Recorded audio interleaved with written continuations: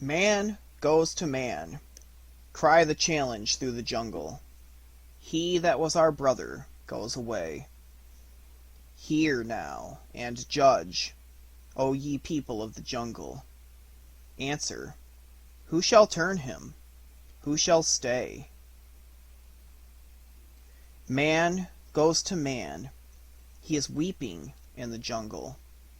He was our brother, and he sorrows sore. Man goes to man. Oh, we loved him in the jungle. To the man trail, where we may not follow more. The Spring Running by Rudyard Kipling. The second year after the great fight with Red Dog and the death of Akela, Mowgli must have been nearly 17 years old. He looked older, for hard exercise, the best of good eating, and baths whenever he felt in the least hot or dusty had given him strength and growth far beyond his age. He could swing by one hand from a top branch for half an hour at a time, when he had occasion to look along the tree roads. He could stop a young buck in mid-gallop and throw him sideways by the head. He could even jerk over the big blue wild boars that lived in the marshes of the north. The jungle people, who used to fear him for his wits, feared him now for his mere strength, and when he moved quietly on his own affairs, the whisper of his coming cleared the wood paths. And yet the look in his eyes was always gentle. Even when he fought, his eyes never blazed as Bagheera's did. They only grew more and more interested and excited. That was one of the things that Bagheera himself did not understand. He asked Mowgli about it, and the boy laughed and said, "When I miss the kill, I am angry. When I must go empty for 2 days, I am very angry. Do not my eyes talk then?" "The mouth is hungry," said Bagheera, "but the eyes say nothing. Hunting, eating, or swimming, it is all in one, like a stone in wet or dry weather." Mowgli looked at him lazily from under long eyelashes, and as usual the panther's head dropped. Bagheera knew his master. They were lying out far up the side of a hill overlooking the Waingunga, and the morning mists lay below them in bands of white and green. As the sun rose, they changed into bubbling seas of red and gold, churned off, and let the low rays stripe the dried grass on which Mowgli and Bagheera were resting. It was the end of the cold weather. The leaves and the trees looked worn and faded, and there was a dry, ticking rustle when the wind blew. A little leaf tapped furiously against a twig as a single leaf caught in a current will. It roused Bagheera, for he snuffed the morning air with a deep, hollow cough, threw himself on his back, and struck with his forepaws at the nodding leaf above. "The year turns," he said. "The jungle goes forward. The time of new talk is near. That leaf knows. It is very good." "The grass is dry," Mowgli answered, pulling up a tuft. "Even Eye of the Spring," that is a little trumpet-shaped, waxy red flower that runs in and out among the grasses, "even Eye of the Spring is shut. And, Bagheera, is it well for the Black Panther to lie so on his back and beat with his paws in the air as though he were the tree cat?" "Ah," said Bagheera. He seemed to be thinking of other things. "It is, I say, is it well for the Black Panther so to mouth and cough and howl and roll? Remember, we be the masters of the jungle, thou and I." "Indeed, yes. I hear, man-cub." Bagheera rolled over hurriedly and sat up, the dust on his ragged black flanks. He is just casting his winter coat. "We be surely masters of the jungle. Who is so strong as Mowgli? Who so wise?" There was a curious drawl in the voice that made Mowgli turn to see whether by any chance the Black Panther were making fun of him, for the jungle is full of words that sound like one thing but mean another. "I said we be beyond question the masters of the jungle," Bagheera repeated. "What have I done wrong? I did not know that the man-cub no longer lay upon the ground. Does he fly, then?" Mowgli sat with his elbows on his knees, looking out across the valley at the daylight. Somewhere down in the woods below, a bird was trying over in a husky, reedy voice the first few notes of his spring song. It was no more than a shadow of a full-throated tumbling call that he would be crying later, but Bagheera heard it. "I said the time of new talk was near," growled the panther, switching his tail. "I hear," Mowgli answered. "Bagheera, why dost thou shake all over? The sun is warm." "That is Fear Owl, the scarlet woodpecker," said Bagheera. "He has not forgotten. Now I, too, must remember my song." And he began purring and crooning to himself, harking back dissatisfied again and again. "There is no game afoot," said Mowgli lazily. "Little brother, are both thine ears stopped? That is no killing word, but my song that I make ready against the need." "I had forgotten. I shall know when the time of new talk is here, because then thou and the others run away and leave me single foot." Mowgli spoke rather savagely. "But indeed, little brother," Bagheera began, "we do not always—" "I say ye do," said Mowgli, shooting out his forefinger angrily. "Ye do run away, and I, who am master of the jungle, must needs walk single foot. How was it last season, when I would gather sugar cane from the fields of a man pack? I sent a runner, I sent thee to Hati, bidding him to come upon such a night and pluck the sweet grass for me with his trunk. He came only 2 nights later," said Bagheera, cowering a little. "And of that long sweet grass that pleased thee so, he gathered more than any man cub could eat in all the nights of the rains. His was no fault of mine. He did not come upon the night when I sent him the word. No, he was trumpeting and running and roaring through the valleys of the moonlight. His trail was like the trail of 3 elephants, for he would not hide among the trees. He danced in the moonlight before the houses of the man pack. I saw him, and yet he would not come to me, and I am the master of the jungle." "It was the time of new talk," said the panther, always very humble. "Perhaps, little brother, thou didst not that time call him by your master word. Listen to Fear Owl." Mowgli's bad temper seemed to have boiled itself away. He lay back with his head on his arms, his eyes shut. "I do not know, nor do I care," he said sleepily. "Let us sleep, Bagheera. My mouth is heavy in me. Make me a rest for my head."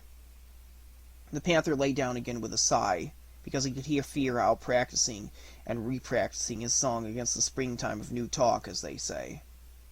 In an Indian jungle, the seasons slide into the other almost without division. There seem to be only 2, the wet and the dry, but if you look closely below the torrents of rain and the clouds of char and dust, you will find all 4 going round in their regular order.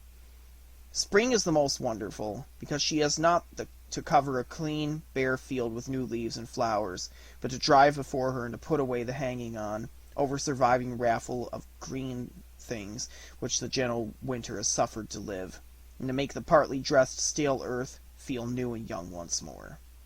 And this she does so well that there is no spring in the world like the jungle spring. There is one day when all things are tired, and the very smells as they drift on the heavy air are old and used. One cannot explain, but it feels so. Then there is another day. To the eye nothing whatever is changed, when all the smells are new and delightful, and the whiskers of the jungle people quiver to their roots, and the winter hair comes away from their sides in long, draggled locks. Then, perhaps, a little rain falls, and all the trees and the bushes and the bamboos and the mosses and the juicy-leaved plants wake with a noise of growing that you can almost hear. And under this noise runs, day and night, a deep hum. That is the noise of spring, a vibrating boom which is neither bees nor falling water nor the wind in the tree-tops, but the purring of the warm, happy world. Up to this year, Mowgli had always delighted in the turn of the seasons. It was he who generally saw the first eye of the spring deep down among the grasses, and the first bank of spring clouds which are like nothing else in the jungle. His voice could be heard in all sorts of wet, star-lighted, blossoming places, helping the big frogs through their choruses, or mocking the little upside-down owls that hoot through the white nights. Like all his people, spring was the season he chose for his flittings, moving for mere joy of rushing through the warm air, 30, 40, or 50 miles between twilight and the morning start, and coming back panting and laughing and wreathed with strange flowers. The four did not follow him on these wild ringings of the jungle, but went off to sing songs with other wolves. The jungle people are very busy in the spring, and Mowgli could hear them grunting and screaming and whistling according to their kind. Their voices then are different from their voices at other times of the year, and that is one of the reasons why spring is called the time of new talk. But that spring, as he told Bagheera, his stomach was new in him. Ever since the bamboo shoots turned spotty brown, he had been looking forward to the morning when the smells should change. But when that morning came, and Mor the peacock, blazing in bronze and blue and gold, cried it aloud all along the misty woods, and Mowgli opened his mouth to send on the cry, the words choked between his teeth, and a feeling came over him that began in his toes and ended in his hair, a feeling of pure unhappiness, and he looked himself over to be sure that he had not trodden on a thorn. Mor cried to the new smells, the other birds took it over, and from the rocks by the Waingunga he heard Bagheera's horse scream, something between the scream of an eagle and the neighing of a horse. There was the yelling and scattering of banderlog in the new budding branches above, and there stood Mowgli, his chest filled to answer Mor, sinking in little gasps as the breath was driven out of it by this unhappiness. He stared, but he could see no more than the mocking banderlog scudding through the trees, and Mor, his tail spread in full splendor, dancing on the slopes below. "The smells have changed!" screamed Mor. "Good hunting, little brother! Where is thy answer?" "Little brother, good hunting!" whistled Cheel the kite and his mate swooping down together. The two baffed under Mowgli's nose so close that a pinch of downy white feathers brushed out. A light spring rain, elephant rain they call it, drove across a jungle in a belt half a mile wide, left the new leaves wet and nodding behind, and died out in a double rainbow and a light roll of thunder. The spring hum broke out for a minute and was silent, but all the jungle folk seemed to be giving tongue at once. All except Mowgli. "I have eaten good food," he said to himself. "I've drunk good water. Nor does my throat burn and grow small, as it did when I bit the blue-spotted roots that the turtle said was clean food.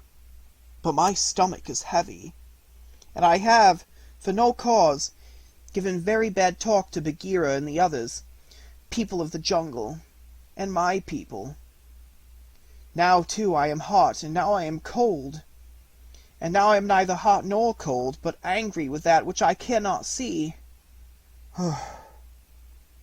It is time to make a running. Tonight I will cross the ranges. Yes, I will make a spring running to the marshes of the north and back again. I have hunted too easily too long. The four shall come with me, for they grow as fat as white grubs." He called, but never one of the four answered.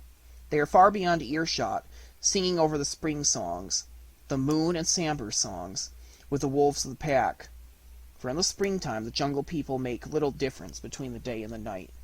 He gave the sharp barking note, but his only answer was the mocking mayu of the little spotted tree cat, winding in and out among the branches for early birds' nests.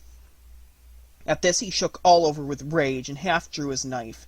Then he became very haughty, though there was no one to see him, and stalked severely down the hillside, chin up and eyebrows down. But never a single one of his people asked him a question, for they were all too busy with their own affairs. "Yes," said Mowgli to himself, though in his heart he knew that he had no reason.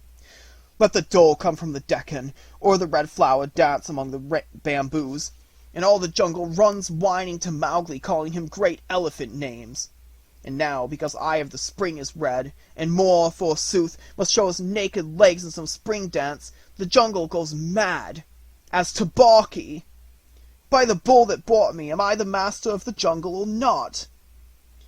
Be silent. What do ye here?" A couple of young wolves of the pack were cantering down a path looking for open ground in which leads to fight. You will remember that the law of the jungle forbids fighting where the pack can see. Their neck bristles were as stiff as wire, and they bayed furiously, crouching for the first grapple. Mowgli leaped forward, caught one outstretched throat in either hand, expecting to fling the creatures backwards, as he had often done in games or pack hunts. but he had never before interfered with a spring fight. The two leaped forward and dashed him aside to the earth, and without words to waste, rolled over and over close locked. Mowgli was on his feet almost before he fell. His knife and his white teeth were bared, and at that minute he would have killed both for no reason but that they were fighting when he wished them to be quiet, although every wolf has full right under the law to fight. He danced round them with lowered shoulders and quivering hand ready to send in a double blow when the first flurry of the scuffle should be over. But while he waited, the strength seemed to go out of his body. The knife point lowered, and he sheathed the knife and watched. "I have eaten poison," he said at last, "since I broke up the council with the Red Flower. Since I killed Shere Khan, none of the pack could fling me aside. And these be only tail wolves in the pack, little hunters. My strength is gone from me. Presently I shall die. Oh, Mowgli, why dost thou not kill them both?" The fight went on till one wolf got away, and Mowgli was left alone on the torn and bloody ground, looking now at his knife, and now at his legs and arms, while the feeling of unhappiness he had never known before covered him as water covers a log. He killed early that evening and ate but little, so as to be in good fettle for his spring running. And he ate alone because all the jungle people were away singing or fighting. It was a perfect white night, as they call it. All green things seemed to have made a month's growth since the morning. The branch that was yellow-leaved the day before dripped sap when Mowgli broke it. The mosses curled deep and warm over his feet. The young grass had no cutting edges, and all the voices of the jungle boomed like one deep harp string touched by the moon, the full moon of New Talk, who splashed her light full on rock and pool, slipped it between trunk and creeper, and sifted it through the million leaves. Unhappy as he was, Mowgli sang aloud with pure delight as he settled into his stride. It was more like flying than anything else, for he had chosen the long downward slope that leads to the northern marshes through the heart of the main jungle, where the springy ground deadened the fall of his feet. A man-taught man would have picked his way with many stumbles through the cheating moonlight, but Mowgli's muscles, trained by years of experience, bore him up through as though he were a feather. When a rotten log or a hidden stone turned under his foot, he saved himself, never checking his pace, without effort and without thought. When he tired of ground going, he threw up his hands monkey fashion to the nearest creeper, and seemed to float rather than to climb up into the thin branches, whence he would follow a tree road till his mood changed, and he shot downwards in a long leafy curve to the levels again.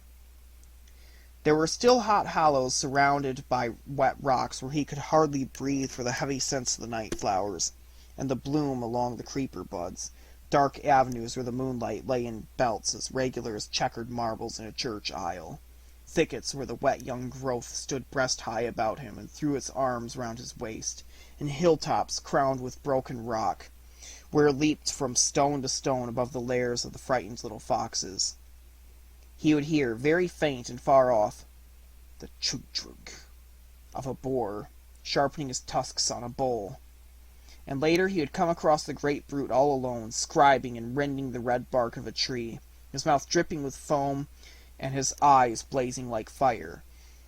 Or he would turn aside to the sound of clashing horns and hissing grunts, and dash past a couple of furious sambhur, staggering to and fro with lowered heads, striped with blood that shows black in the moonlight. Or, at some rushing ford, he'd hear Jacala the crocodile, bellowing like a bull, or disturb a knot of the poison people. But before they could strike, he would be away and across the glistening shingle, and deep into the jungle again. So he ran, sometimes shouting, sometimes singing to himself, the happiest thing in all the jungle that night, till the smell of the flowers warned him that he was near the marshes, and those lay far beyond his furthest hunting grounds. Here, again, a man-trained man would have sunk overhead in 3 strides. But Mowgli's feet had eyes in them, and they passed him from tussock to tussock, and clump to quaking clump, without asking help from the eyes in his head. He headed out to the middle of the swamp, disturbing the duck as he ran, and sat down on a moss-coated tree trunk, lapped in the black water. The marsh was awake all round him, for in the spring the bird people sleep very lightly, and companies of them were coming or going the night through. But no one took any notice of Mowgli sitting among the tall reeds, humming songs without words, and looking at the soles of his hard brown feet in case of neglected thorns. All his unhappiness seemed to have been left behind in his own jungle, and he was just beginning a song when it came back again, 10 times worse than before. To make all worse, the moon was setting. This time Mowgli was frightened. "It is here also," he said half aloud. "It has followed me." And he looked over his shoulder to see whether the it were not standing behind him. "There is no one here." The night noises in the marsh went on, but never bird or beast spoke to him, and the new feeling of misery grew. "I have eaten poison," he said in an awe-stricken voice. "It must be that carelessly I have eaten poison, and my strength is going from me. I was afraid, and yet it was not I that was afraid. Mowgli was afraid when the 2 wolves fought. Akela, or even Phao, would have silenced them. Yet Mowgli was not afraid. This is sure sign I have eaten poison. But what do they care in the jungle? They sing and howl and fight and run in companies under the moon, and I am dying in the marshes of that poison which I have eaten." He was so sorry for himself that he nearly wept. "And after," he went on, "they will find me lying in the black water. Nay, I will go back to my own jungle, and will die upon the council rock, and Bagheera, whom I love, if he is not screaming in the valley, Bagheera, perhaps, may watch by what is left for a little, lest Cheel use me as he used Akela." A large warm tear splashed down on his knee, and, miserable as he was, Mowgli felt happy that he was so miserable, if you can understand that upside-down sort of happiness. "As Cheel the Kite used Akela," he repeated, "on the night I saved the pack from Red Dog." He was quiet for a little, thinking of the last words of the lone wolf, which you of course remember. "Now Akela said to me many foolish things before he died. For when we die, our stomachs change. He said, 'None the less, I am of the jungle!'" In his excitement, as he remembers the fight on Waingunga Bank, he shouted the last words aloud, and the wild buffalo cow among the reeds sprang to her knees, snorting, "Man!"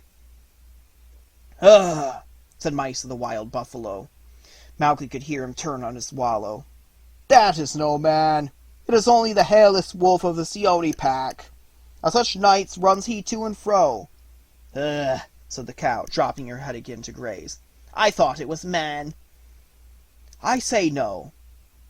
"Oh, Mowgli, is it danger?" lowed Mysa. "Oh, Mowgli, is it danger?" the boy called back mockingly. "That is all Mysa thinks for. Is it danger? But for Mowgli, who goes to and fro in the jungle by night watching, what care ye?" "How loud he cries!" said the cow. "Thus do they cry," Mysa answered contemptuously, "who having torn the grass up know not how to eat it." "For less than this," Mowgli groaned to himself, "for less than this, even last rains, I had picked Mysore out of his wallow, and ridden him through the swamp on a rush halter." He stretched his hands to break one of the feathery reeds, and drew it back with a sigh. Mysa went steadily chewing the cud, and the long grass ripped where the cow grazed.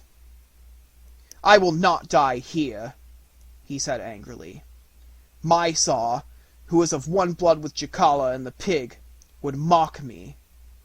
Let us go beyond the swamp and see what comes. Never have I run such a spring running, hot and cold together. Up, Mowgli!" He could not resist the temptation of stealing across the reeds to Mysa and pricking him with the point of his knife. The great, dripping bull broke out of his wallow like a shell exploding, while Mowgli laughed till he sat down. "See now that the hairless wolf of the pack once headed thee, Mysore," he called. "Wolf! Thou!" the bull snorted, stamping in the mud. "All the jungle knows thou wast a herder of tame cattle. Such a man's brat as shouts in the dust by the crops yonder. Thou of the jungle!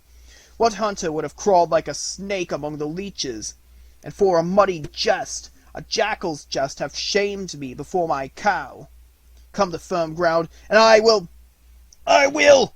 Mysa foamed at the mouth, for he has nearly the worst temper of anyone in the jungle. Mowgli watched him puff and blow with eyes that never changed. When he could make himself heard through the spattering mud shower, he said, "What man pack lay here by the marshes, my saw? This is new jungle to me." "Go north, then!" roared the angry bull, for Mowgli had pricked him rather sharply. "It was a naked cowherd's jest. Go and tell them at the village at the foot of the marsh." "The Man Pack do not love jungle tales. Nor do I think, my saw, that a scratch more or less on thy hide is any matter for a council. But I will go and look at this village. Yes, I will go. Softly now. It is not every night that the master of the jungle comes to herd thee." He stepped out to the shivering ground on the edge of the marsh, well knowing that Mysa would never charge over it, and laughed as he ran to think of the bull's anger. "My strength is not altogether gone," he said. "It may be the poison is not to the bone. There is a star sitting low yonder." He looked at it steadily between half-shut hands. "By the bull that bought me, it is the red flower. The red flower that I lay beside before I came even to the first Seeonee pack. Now I have seen I will finish the running." The marsh ended in a broad plain where a light twinkled. It was a long time since Mowgli had concerned himself with the doings of man, but this night the glimmer of the red flower drew him forward, as if it had been a new game. "I will look," said he, "and I will see how far the Man Pack has changed." Forgetting that he was no longer in his own jungle where he could do what he pleased, he trod carelessly through the dew-loaded grasses till he came to the hut where the light stood. 3 or 4 yelping dogs gave tongue, for he was on the outskirts of a village. "Ho!" said Mowgli, sitting down noiselessly after sending back a deep wolf growl that silenced the curs. "What comes will come. Mowgli, what hast thou to do any more with the lairs of the Man Pack?" He rubbed his mouth, remembering where a stone had struck it years ago when the other Man Pack had cast him out. The door of the hut opened, and a woman stood peering out into the darkness. A child cried, and the woman said over her shoulder, "Sleep! It was but a jackal that wakes the dogs. In a little time morning comes." Mowgli in the grass began to shake as though he had fever. He knew that voice well, but to make sure he cried softly, surprised to find how man's voice came back. "Meswa! Oh, Meswa!" "Who calls?" said the woman, a quiver in her voice. "Hast thou forgotten?" said Mowgli. His voice was dry as he spoke. "If it be thou, what name did I give thee? Say!" She had half shut the door, and her hand was clutching at her breast. "Natu! Natu!" said Mowgli, for, as you know, that was the name Meswa gave him when he first came to the Man Pack. "Come, my son!" she called, and Mowgli stepped into the light and looked full at Meswa, the woman who had been good to him and whose life he had saved from the Man Pack so long before. She was older, and her hair was gray, but her eyes and her voice had not changed.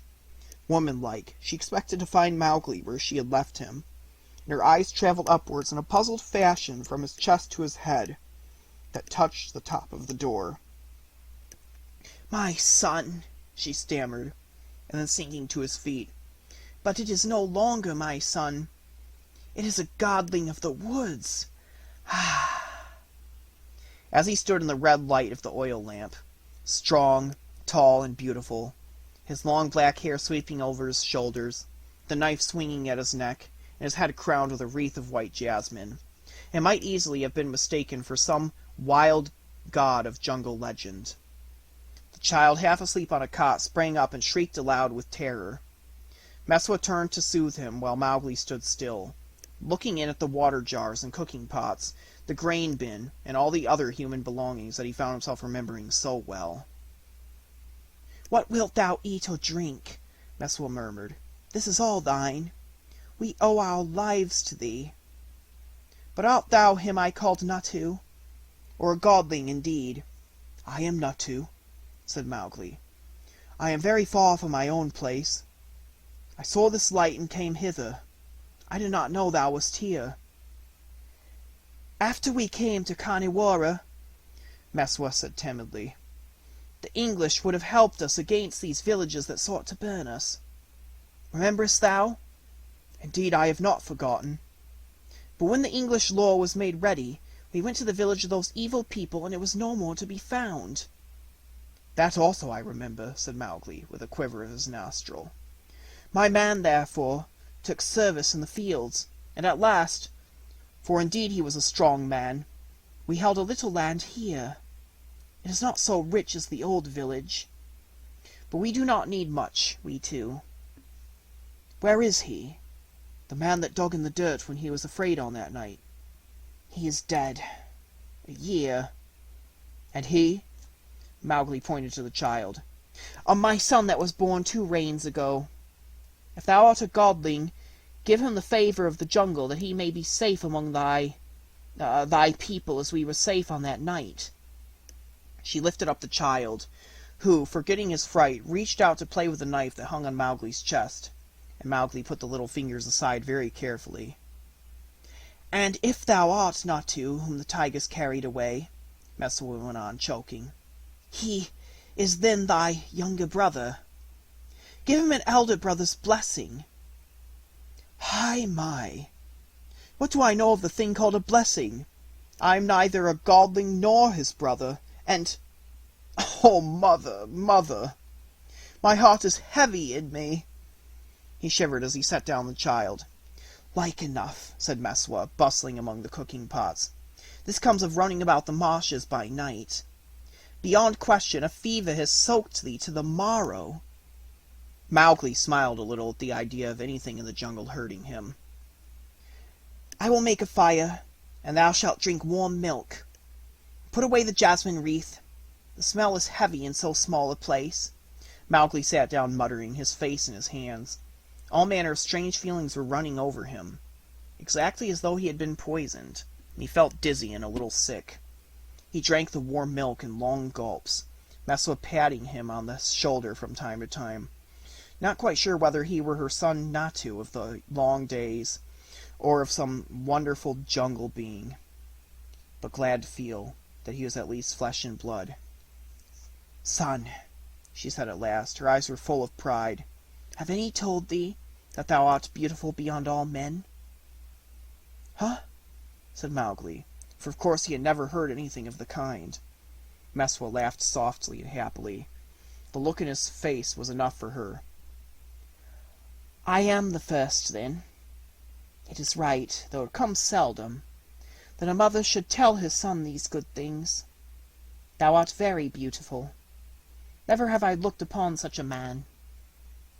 Mowgli twisted his head and tried to see over his own hard shoulder, but Mesua laughed again so long that Mowgli, not knowing why, was forced to laugh with her, and the child ran from one to the other, laughing too.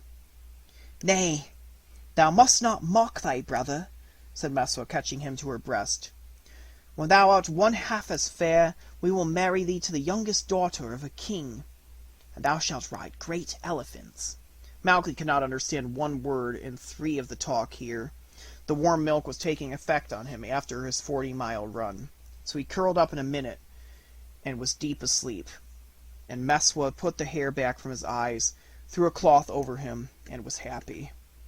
Jungle fashion, he slept out the rest of that night and all the next day, for his instincts, which never wholly slept, warned him that there was nothing to fear. He waked at last with a bound that shook the hut, for the cloth over his face made him dream of traps, and there he stood, his hand on his knife, the sleep all heavy in his rolling eyes, ready for any fight. Mesua laughed and set the evening meal before him. There were only a few coarse cakes baked over the smoky fire, some rice, and a lump of sour preserved tamarinds, just enough to go on with till he could get his evening kill. The smell of the dew in the marshes made him hungry and restless. He wanted to finish his spring running, but the child insisted on sitting in his arms, and Mesua would have it that his long, blue-black hair must be combed out. So she sang as she combed, foolish little baby songs, now calling Mowgli her son, and now begging him to give some of his jungle power to the child.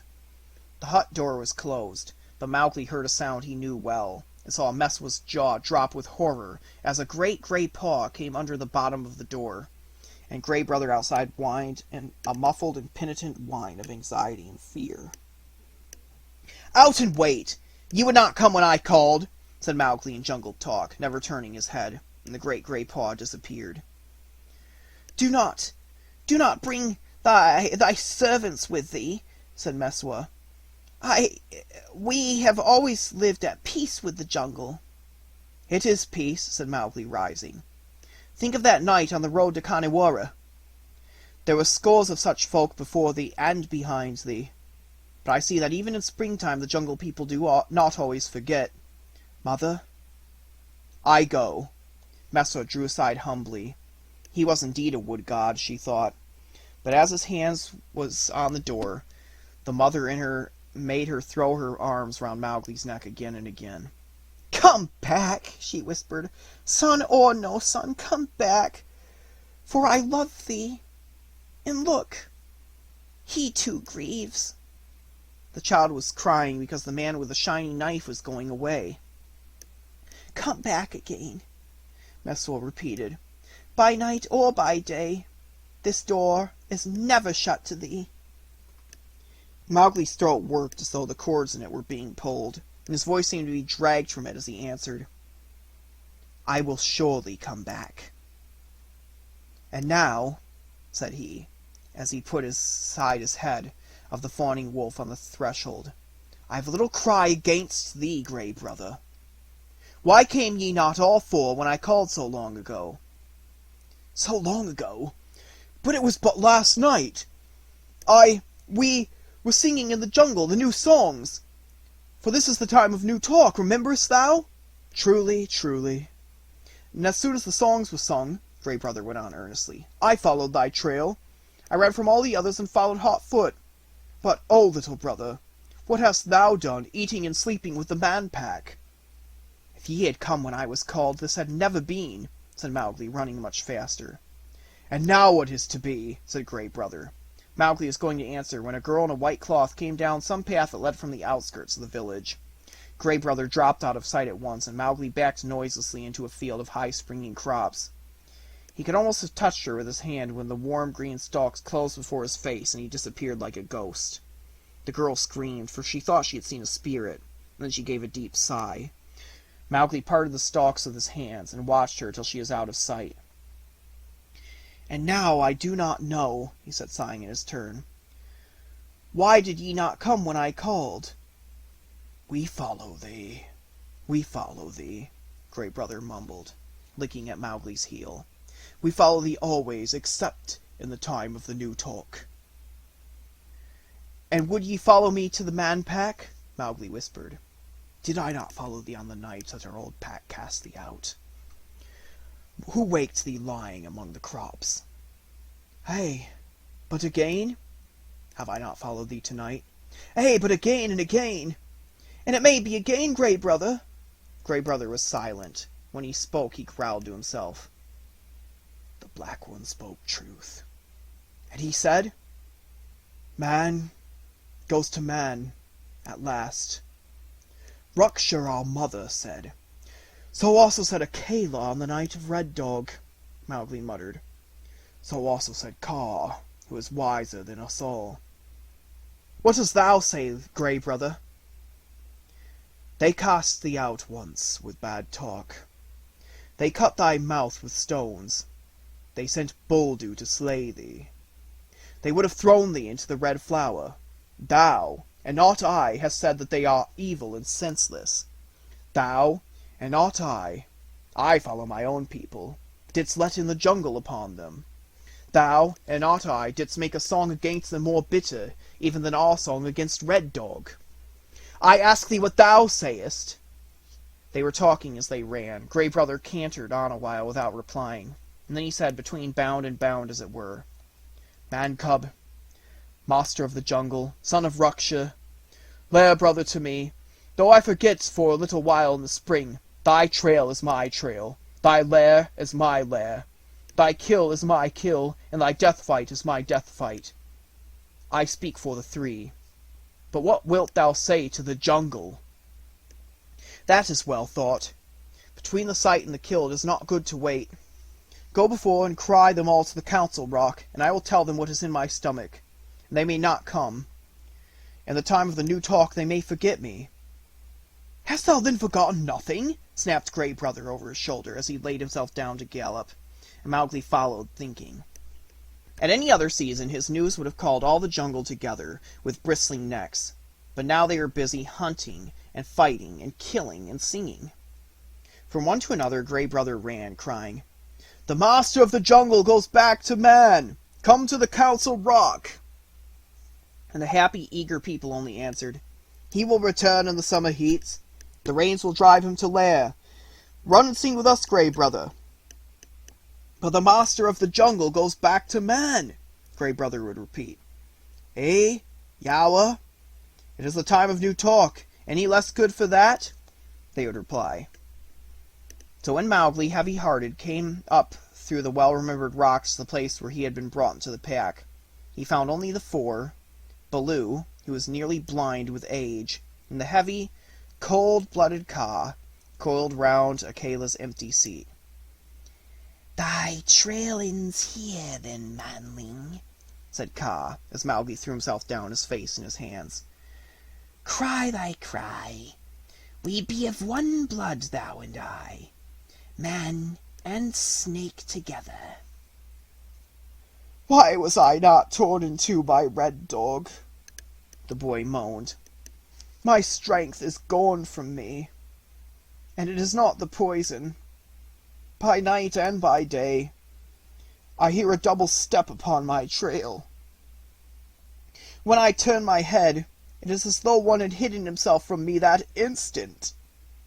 I go to look behind the trees, and he is not there. I call, and none cry again, but it is as though one listened and kept back the answer. I lie down, but I do not rest. I run the spring running, and I am not made still. I bathe, but I am not made cool. The kill sickens me, but I have no heart to fight except I kill. The red flowers in my body. My bones are water, and I know not what I know." "What need of talk?" said Baloo slowly, turning his head to where Mowgli lay. "Akela by the river said it, that Mowgli should drive Mowgli back to the man-pack. I said it. But who listens now to Baloo? Bagheera. Where is Bagheera this night? He knows also. It is the law."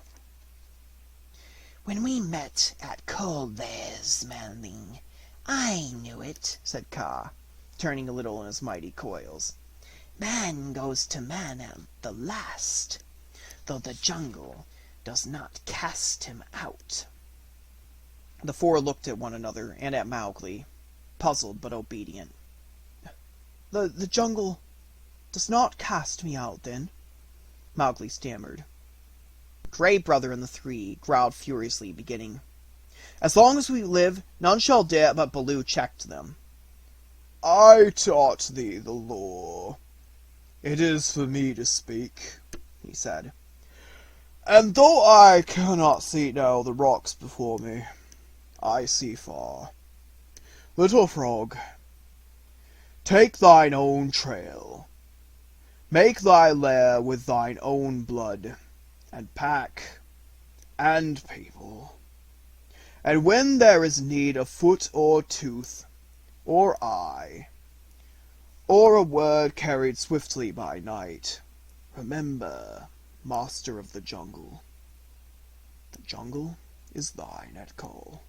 "The middle jungle is thine also," said Kaa. "I speak for no small people." "Hai mai, my brothers," said Mowgli, throwing up his arms with a sob. "I know not what I know. I would not go, but I am drawn by both feet. How shall I leave these nights?" "Nay, look up, little brother," Baloo repeated. "There is no shame in this hunting. When the honey is eaten, we leave the empty hive. Having cast the skin, said Kaa, we may not creep into it afresh. It is the law. Listen, dearest of all to me, said Baloo.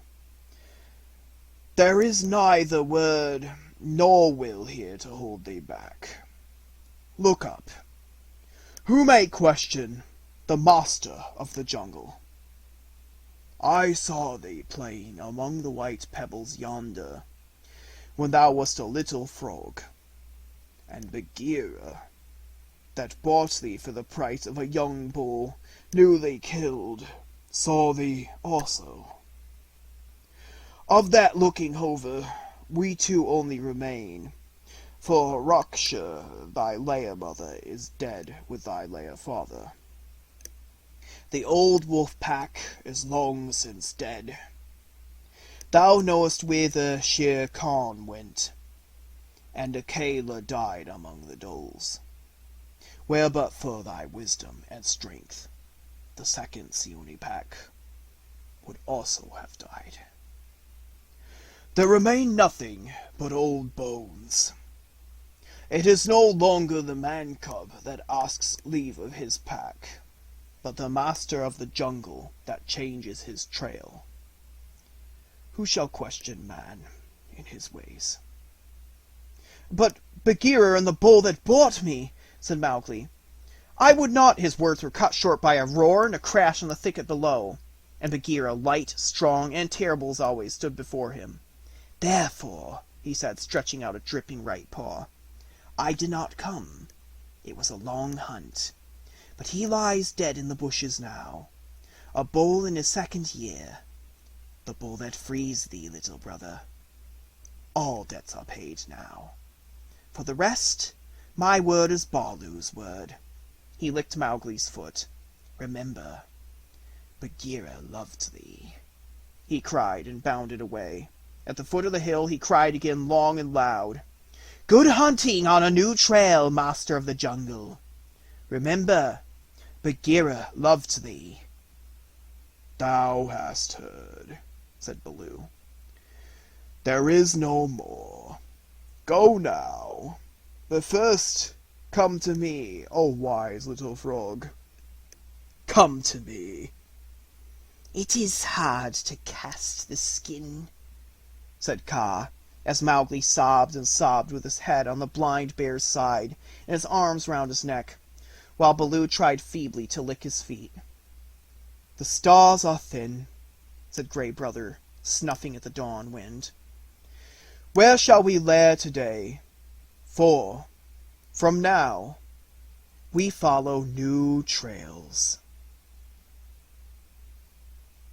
And this is the last of the Mowgli stories.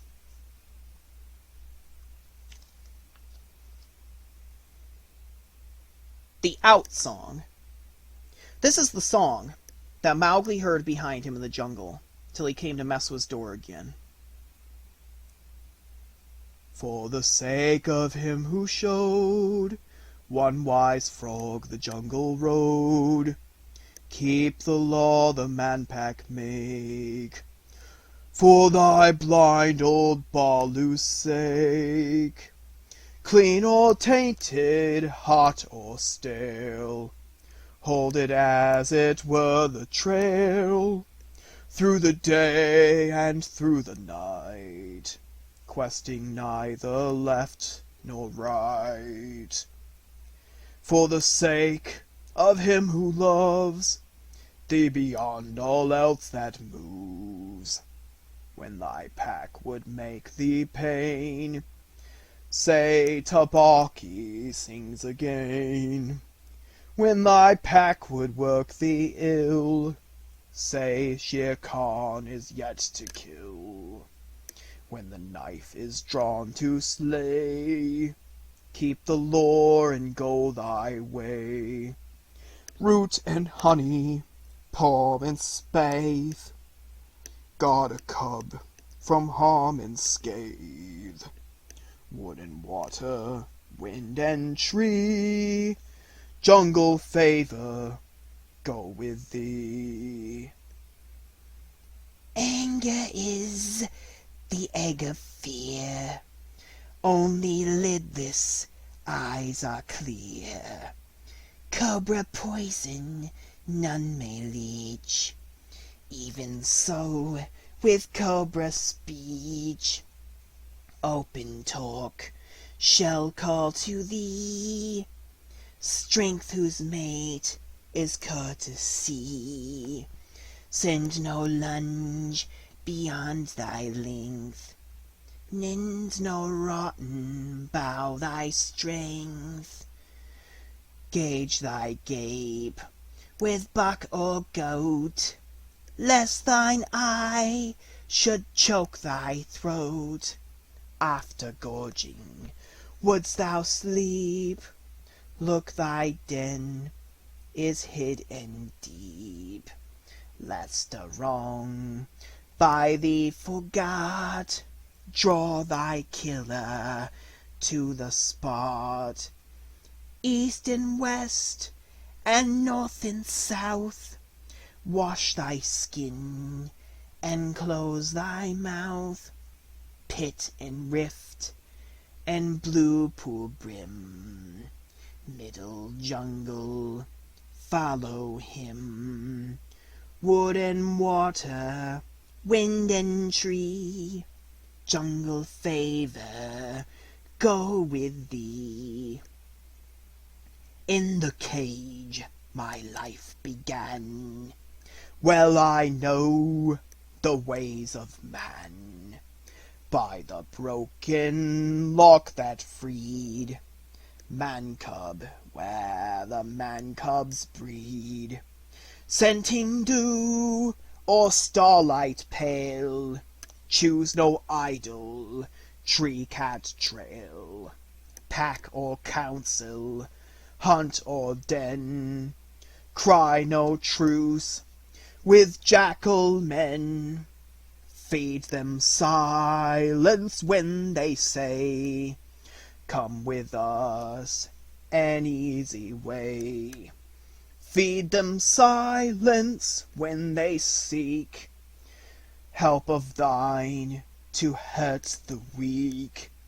Make no bun does boast of skill, holds thy peace above the kill. Let nor call, nor song, nor sign turn thee from thy hunting line. Morning mist or twilight clear, serve him wardens of the deer. Wood and water, wind and tree, jungle favor, go with thee. On the trail that thou must tread, to the threshold of our dread, where the flower blossoms red. Through the nights when thou shalt lie, prisoned from our mother sky, hearing us thy love go by. In the dawns when thou shalt wake, in the toil thou canst break, heartsick for the jungle's sake. Wood and water, wind and tree, jungle favor, go with